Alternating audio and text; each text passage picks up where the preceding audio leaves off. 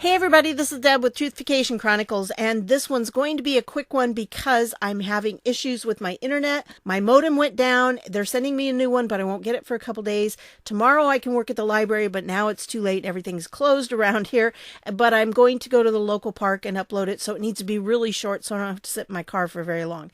Anyway, this is an article by Sarah Carter. Trump pulled ambassador nomination of State Department official who communicated with steel and ore. And so this lady here was up for an ambassadorship to Albania, but they found out that she had connections to both ore and steel, and that makes her somebody they don't want in there. And so Trump pulled the nomination. And this was revealed by Mark Meadows on Hannity the other night. Meadows told Hannity there are players now, even ambassadors that are sitting ambassadors that were involved in part of this with the FBI and DOJ. So you have to understand that this is very far reaching and it is going to be taking down a lot of people. Now, the next thing I wanted to show you was this Trump thing. It was a tweet by him. He was thanking Jesse Waters, and this is a great clip. I'll link to all of them down below. You can go and watch it yourself, but basically he goes through and he says, you know what? They've been really dumping on Trump. It's no wonder he says they are the enemy of the people, because they really are trashing him, even though everything in our economy and everything else has been going up, and we are much better off today than before he was elected.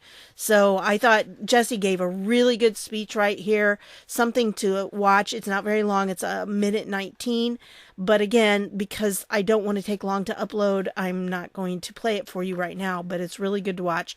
And you can go to Trump's Twitter account. Again, if you just click on the link, if you have Twitter or not, it doesn't make any difference. This is from the Gateway Pundit, and Mueller's team requests delay, claims it can't meet court deadline.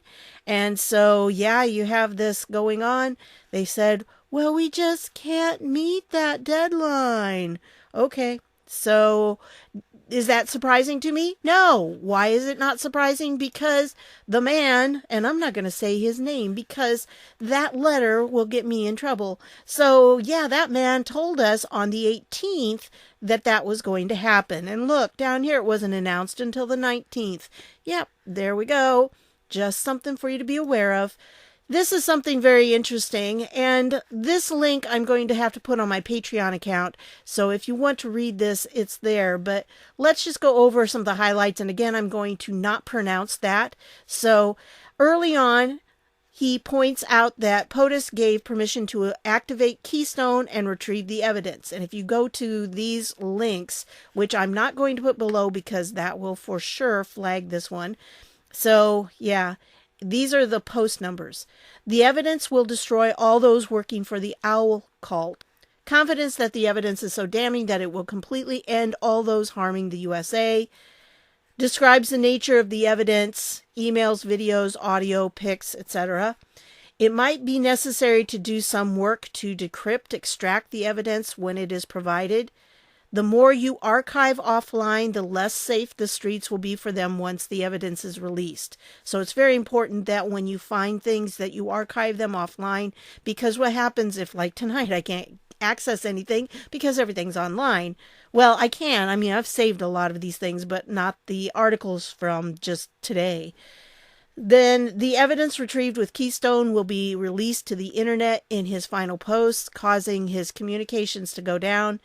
And it looks like the whole point of this movement is to maximize the number of eyes ready to quickly download the evidence. Now, I don't know. Again, that's just someone saying it. It's an anon's opinion. So I don't know if that's accurate or not, but it sounded pretty good and I wanted to put it out there for you.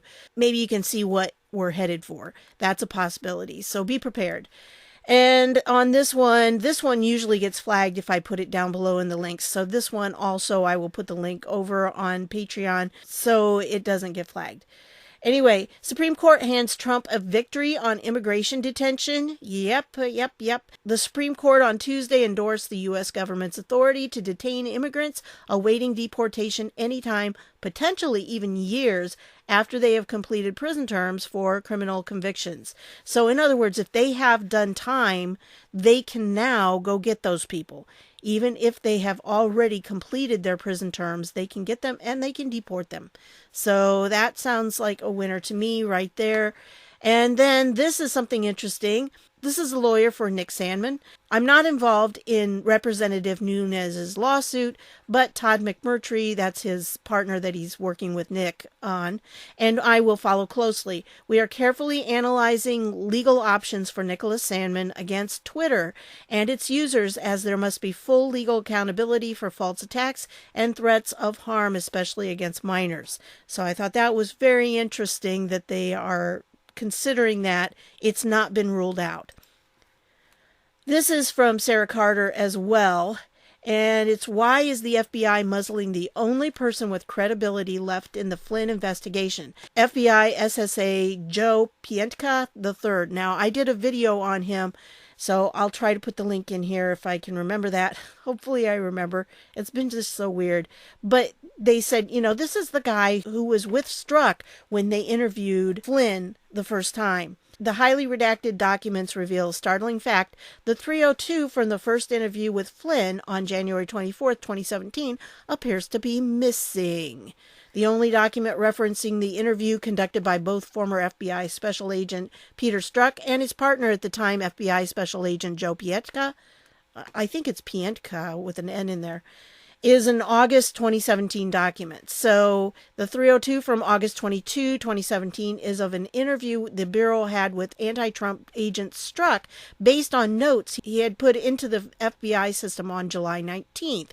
Those notes apparently were regarding his impressions of his interview with Flynn in January. So in other words, when they did the interview, then they wrote up a 302, which is their notes about that interview. And that 302 is missing. Okay, it's not there. And instead, there's a 302 about it from August 22nd, which was a whole lot later. And that was just based on Strzok's memories of it. So very interesting that that is missing, the missing 302. So I'll leave that article down below so you can read that as well. Here's the next one. This is one of Trump's tweets. Amazingly, CNN just released a poll at 71% saying that the economy is in the best shape since 2001, 18 years. Wow. Is CNN becoming a believer? Now, when you go to there and you don't log in to Twitter, these are the top comments you see, and these people hate Trump. Okay, this Brian Krasenstein really hates him. He has a brother, and I can't remember his brother's name right off. But those two have targeted Trump, and they are almost always at the top. However, if you log in, this is what you see. And look who the top one is. And again, I'm not going to say the name, but y'all know. Okay, promises made, promises kept, and that's what you see when you log in. So something is going on with Twitter. I don't know what, but something. So it's very interesting that that's the status you see when you log in, but this is what you see when you don't log in. Now, this is another one I wanted to point out to you. I know that a lot of you know who Praying Medic is.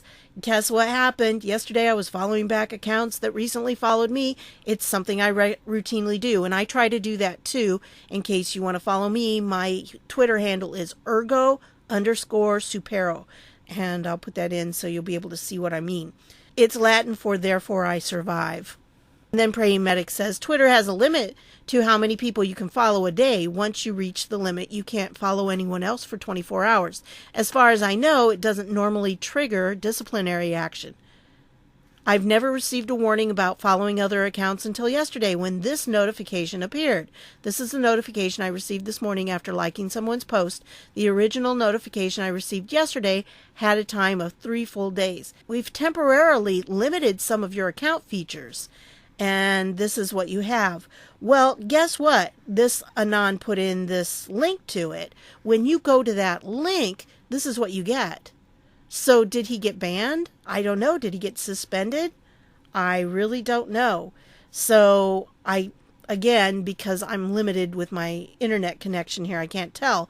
But I tried that link and that's what I got. So that usually only pops up when they have, people there. So I don't know. I didn't test just Praying Medic himself, but obviously that tweet is no longer available. So very interesting. They're targeting Praying Medic. That's something. Anyway, so people are getting hit all over the place with things. I just wanted to share all this stuff with you, and it's getting down to my limit that I want to have. So I'm going to say thank you for stopping by. I'm sorry it's so rushed, and it probably will be a little rushed tomorrow, or it'll be a short video again tomorrow because of the internet. So hopefully that'll be fixed by Thursday night or Friday, and I'm looking forward to it. So thanks for stopping by, and I'll see you all later.